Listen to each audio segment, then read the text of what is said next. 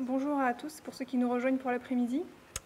Donc pour cette session sur le déclassement professionnel, peut-être on a déjà en plus commencé à aborder cette question du déclassement plus tôt ce matin. Donc rapidement, 3 points pour introduire cette session. Donc déjà sur la définition du déclassement professionnel. Donc on peut le définir dans un premier temps en tout cas comme le fait d'exercer dans le pays de destination un métier pour lequel on est surqualifié. Il peut être mesuré, il peut être appréhendé de plusieurs manières, soit en comparant le niveau d'études de la personne avec le niveau d'études de la moyenne des personnes qui exercent le métier en question. C'est ce qu'on appelle l'inadéquation des compétences, educational mismatch, dont on va parler au début, ou en comparant la profession que la personne avait dans son pays d'origine à la profession qu'elle exerce en France. Mais toujours avec cette idée qu'on est surqualifié pour son travail. Donc vous vous rendez compte en plus qu'il y a des enjeux de mesure importants, par exemple pour comparer des métiers entre différents pays, différents continents, qu'est-ce qui est équivalent, etc. Donc ça c'est pour la définition.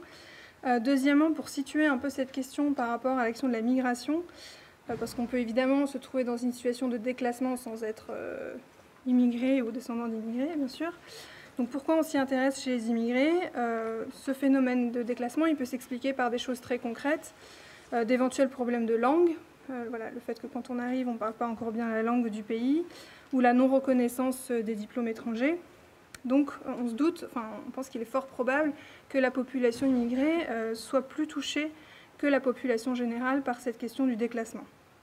Et donc cette session, elle est plus focalisée sur la population des immigrés que sur les descendants d'immigrés. Donc c'est un phénomène qui a été observé aussi bien dans des travaux démographiques, sociologiques, aux États-Unis par exemple, avec des immigrés d'Amérique du Sud vers les États-Unis, mais ça a été aussi observé en Europe. Je pense notamment aux travaux de l'enquête MAFE de l'INED sur des immigrés congolais en Belgique.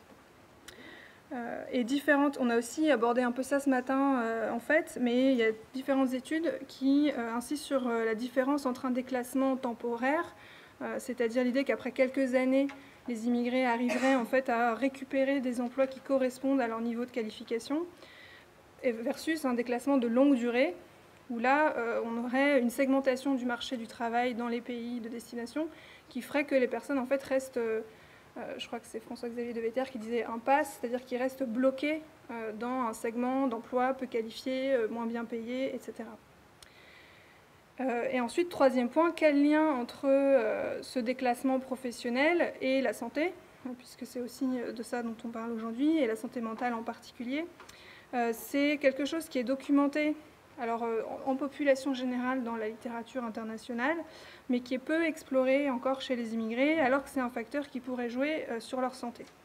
Ce qu'on a comme étude, en tout cas, a mis en évidence une association entre le déclassement et l'insatisfaction au travail. On en a déjà un petit peu parlé ce matin. Donc c'est notamment des travaux qui ont été menés en Allemagne parmi des immigrés espagnols ou italiens. Donc associé à une insatisfaction au travail ou à une moins bonne santé, et c'est l'étude dont on va parler à la première intervenante. Donc il se pourrait que cette expérience de déclassement ait un impact négatif sur la santé des personnes. En France, on a des travaux pour l'instant plus qualitatifs, je dirais. Je pense notamment aux travaux de Marjorie Gerbier-Aublanc, qui est sociologue et qui a mené des entretiens semi-directifs avec des femmes d'Afrique subsaharienne en France.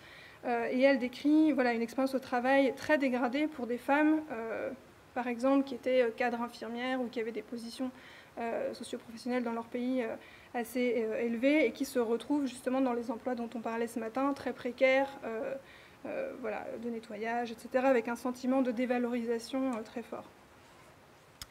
Et donc pour nous aider à réfléchir sur cette question, on a 2 présentations dans la session qu'on va de nouveau inverser. Voilà. Cette fois pour des raisons plus pratico-pratiques. En fait, on a la chance d'avoir Andrea Dunlavy qui est à Stockholm, qui nous parle donc depuis Stockholm. Donc Andrea est chercheur au Center for Health Equity Studies dans le département des sciences de la santé publique à l'Université de Stockholm. Et donc elle s'intéresse principalement aux thématiques autour de migration et santé, inégalité de santé et déterminants sociaux de la santé. Et en fait, on va plutôt la faire parler d'abord, parce que le Skype fonctionne, la connexion est bonne, et donc on s'est dit que ce n'est pas une raison scientifique, mais ce sera tout aussi bien dans cet ordre-là. Donc Andrea va s'exprimer en anglais, mais on a fait circuler une traduction de ses slides. Donc voilà, si vous n'êtes pas complètement à l'aise, vous pouvez avoir accès à la présentation en français. Et puis on écoutera Margot Anken que je présenterai tout à l'heure. So Andrea, this is we're listening to you.